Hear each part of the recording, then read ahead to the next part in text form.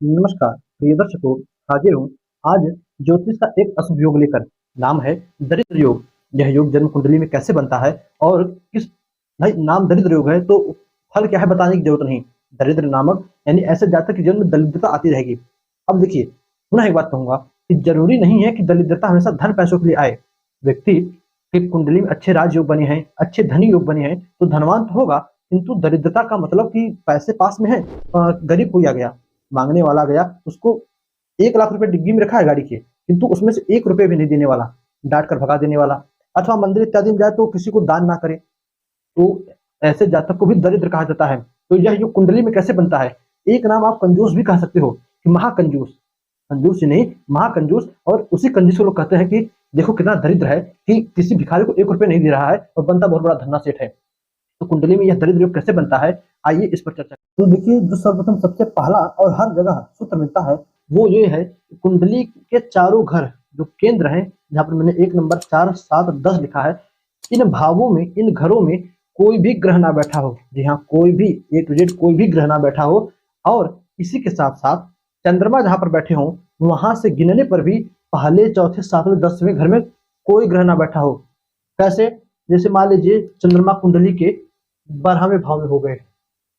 अब गिनने पर चंद्रमा से के साथ फिर 1 2 3 4 तीसरे घर में 5 6 7 8 9 10 11 12 चंद्रमा से गिनने पर, तो चंद्रमा हो गए कुंडली के 12वें भाव में। यहाँ से गिनने पर पहले चौथे सातवें और 10वें घर में भी, चंद्रमा से गिनने पर भी केंद्रों में और लग्न से भी केंद्रों में कोई ग्रह ना बैठा हो, तब भी कुंडली में दरिद्र नामक योग बनता है। यह था दरिद्र नामक योग का पहला सूत्र।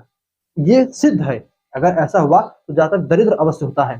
अब इसी में जो अन्य ऋषियों के मत है, वह कहते हैं कि यदि जन्म कुंडली में चंद्रमा जो है सूर्य के साथ हो और कोई नीच ग्रह उसे देखता हो, वहां समझे कुंडली में चंद्रमा मान लीजिए कहीं पर बैठा है, उसी चंद्रमा के साथ सूर्य बैठे हों और कोई नीच का ग्रह उन दोनों को देखे, सूर्य चंद्रमा दोनों को, और सूर्य चंद्रमा दोनों का अंश बल कम हो, तब अभी कुंडली में दरिद्र नामक योग बनता है। इसी प्रकार जो तीसरा सूत्र है वह कहता है कि यदि जन्म कुंडली में लग्न में चंद्रमा बैठा हो, कुंडली के पहले भाव में चंद्रमा बैठा हो, अष्टम भाव में पापक ग्रह हो, तो एक बात का ध्यान रखिएगा, यह जो चंद्रमा लग्न में बैठा है यह जो है क्षीण चंद्रमा यानी अमावस्या के आसपास का जन्म हो, क्षीण चंद्रमा बना हो, कुंडली के 8वें भाव में पापक ग्रह हो और चंद्रमा के ऊपर किसी भी शुभ ग्रह की दृष्टि ना पड़े, तब भी कुंडली में यह दरिद्र नामक योग बनता है। समझे, क्षीण चंद्रमा कुंडली के लग्न में हो, अष्टम भाव में पापक ग्रह हो तो किसी भी शुभ ग्रह की दृष्टि चंद्रमा पर ना हो, तब भी कुंडली में यह दरिद्र नामक योग बनता है।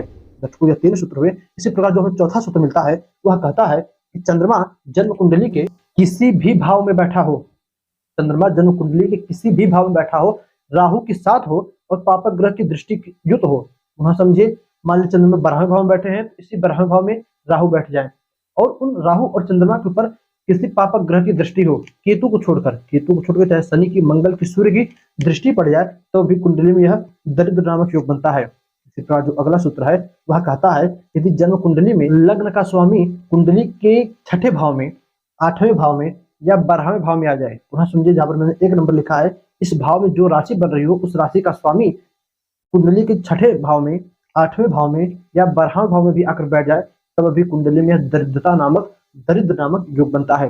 दर्शकों, यह कुछ सूत्र थे। पहले वाला जो पहले बताया कि चारों केंद्र खाली हो, और यह जो आखिरी वाला सूत्र है कि लग्न 6ठे 8वें 12वें भाव में बैठे, ये आजमाया हुआ, अनुभव मिला हुआ सूत्र है। पहले वाला सिद्ध है, दूसरे वाले में जातक का जो है पैसे को लेकर दर दर की ठोकर खाता है। दूसरे या 11वें भाव का स्वामी भी 6ठे 8वें 12वें बैठ जाए, और सुनिए, दूसरे भाव का या 11वें भाव का भी स्वामी 6ठे 8वें 12वें भाव में बैठ जाए, तब अभी ऐसे जातक को पैसे से संबंधित दिक्कत आती है। दर्शकों, ये सारे सूत्र आप कहीं नोट कर लिख लीजिए। जब भी किसी की जन्म कुंडली का अध्ययन कीजिए या अपनी स्वयं कुंडली देखिए, इन प्रकार के इस प्रकार के दोष कुंडली में बन रहे हो, उन ग्रहों का तुरंत उपाय कीजिए अथवा भगवान शिव की आराधना कीजिए। कलौ देवो महेश्वर, हमेशा मैं ग्रहों की शांति के लिए भगवान शिव को बताता हूँ, तो उस भगवान शिव की आराधना कीजिए, उसी से ये जो योग बन रहा है वह उसकी शांति होगी। और कोशिश कीजिए कि भगवान शिव की आराधना, जब भाई शिव की आराधना करेंगे तो जल चढ़ाएंगे ही, उस जल में चीनी मिलाकर, जी हाँ, उस जल में पानी में चीनी मिलाकर तब भगवान शिव के ऊपर चढ़ाइए, तो यह जो योग है इसका समन होता है, जब दरिद्रता योग भंग होता है। दर्शकों, बस आज के इतना ही, इजाजत दीजिए। यह योग था, उपाय भी बता दिया, समाधान भी, योग कैसे बनता है वो भी बता दिया। इजाजत दीजिए, पुनः आपसे मुलाकात होगी इस नए वीडियो में नए टॉपिक के साथ। तब तक के लिए नमस्कार।